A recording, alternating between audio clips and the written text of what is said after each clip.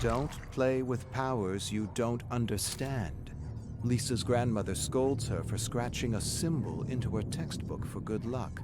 Lisa apologizes for snooping through her things. She just wanted to know more about the old village town and the stories of witches and cannibals that were burned alive or chased out. She heard her mother say her grandmother had come across several books written in an unknown language with strange symbols. Her grandmother warns her to stay away from her books. You can attract great misfortune to yourself and others. Lisa wants to laugh but doesn't. She was just messing around and doesn't really believe in all this superstitious nonsense. No such thing as witches and cannibals, Gran. I was just hoping for a little luck on my algebra test. No harm, no foul. Her grandmother tells her the symbol she sketched was the very one she had used long ago to turn a cannibal into a gnarled, twisted swamp tree covered in putrid black ooze. It's so ridiculous, Lisa wants to burst out laughing, but she contains herself as she listens to her tale of cannibals and missing children. When her grandmother finishes her story, Lisa hugs her and kisses her soft, wrinkled forehead. Don't worry, Gran. I'm not going to turn into a swamp tree or be kidnapped by a bunch of cannibals. Lisa doesn't know if it's the symbols on her book or some kind of placebo effect, but her math scores are improving. Not as much as they should be, but still. She's passing, and passing is an improvement.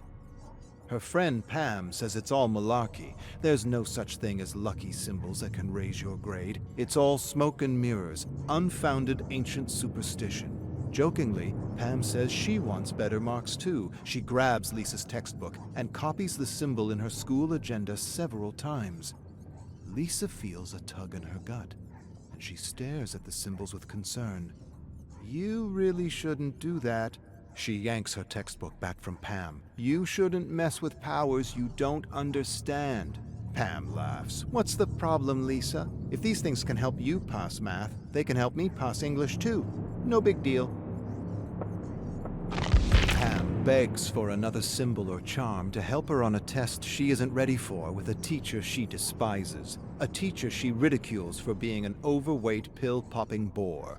Lisa refuses to entertain the idea and tells her she's not allowed to look at her grandmother's secret book, let alone share its contents with strangers. Pam shrugs and proceeds to scratch a symbol on her arm with a toothpick. She asks if Lisa heard what happened to the woman near the school. Lisa shakes her head. Pam laughs as she draws blood with a toothpick. Dumbass walked into the street while reading and splat. Crushed by a truck. Come! She flicks the toothpick to the ground, grabs Lisa's wrist, and leads her to a road a few blocks from the school. Lisa covers her nose and can smell the fermenting human fluids in the cracks of the pavement. Pam points out bloodstains and clumps of hair in the road and makes jokes at the dead girl's expense. Lisa grabs her wrist angrily. You mustn't laugh at the dead. Pam yanks her wrist away. Stop being creepy, Lisa. It's not like she's still around to get offended. Besides, your symbols got me covered with all kinds of luck. Lisa stares at Pam's arm with concern and hopes the dead girl's spirit didn't take offense. Her grandmother says sometimes spirits linger, especially when they don't want to be dead.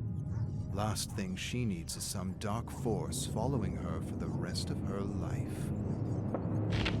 Pam's English teacher died of unknown causes, and Pam's dancing with joy, relieved she doesn't have to do his stupid test on some irrelevant dead author.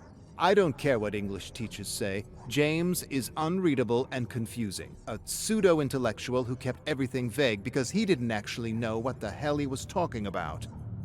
Lisa shrugs, disagrees, but doesn't want to get into it with her friend, her annoying friend.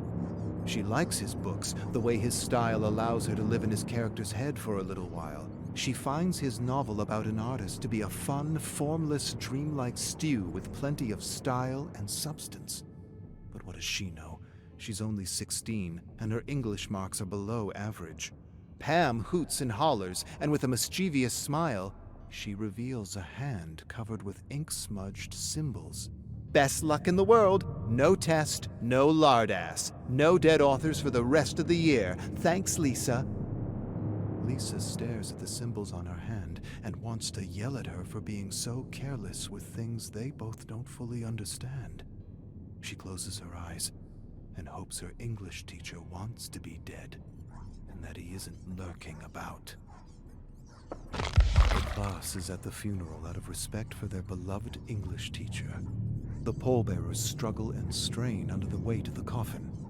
Pam leans toward Lisa and whispers how lucky she is and how unlucky the poor pallbearers are to have to lift such a heavy coffin. Imagine having to carry that lard ass to his grave. Lisa nudges Pam and tells her to quit it. As the pallbearers approach them, she feels a sudden tug in her gut. An instinct tells her to take some distance from her friend. An image of lightning striking Pam flashes through her mind. She wonders if an angry spirit could make that happen. Every muscle, organ, vessel fried in an instant for her hubris. Pam snaps Lisa out of her thoughts with another tactless comment. Lisa hears her grandmother's voice in her head, telling her that her friend has tempted fate by laughing at someone else's misfortune, for having laughed at the dead. She doesn't really believe in all her grandmother's superstitions, and yet she inches away from her friend, staring at the darkening clouds, waiting for lightning to strike Pam down.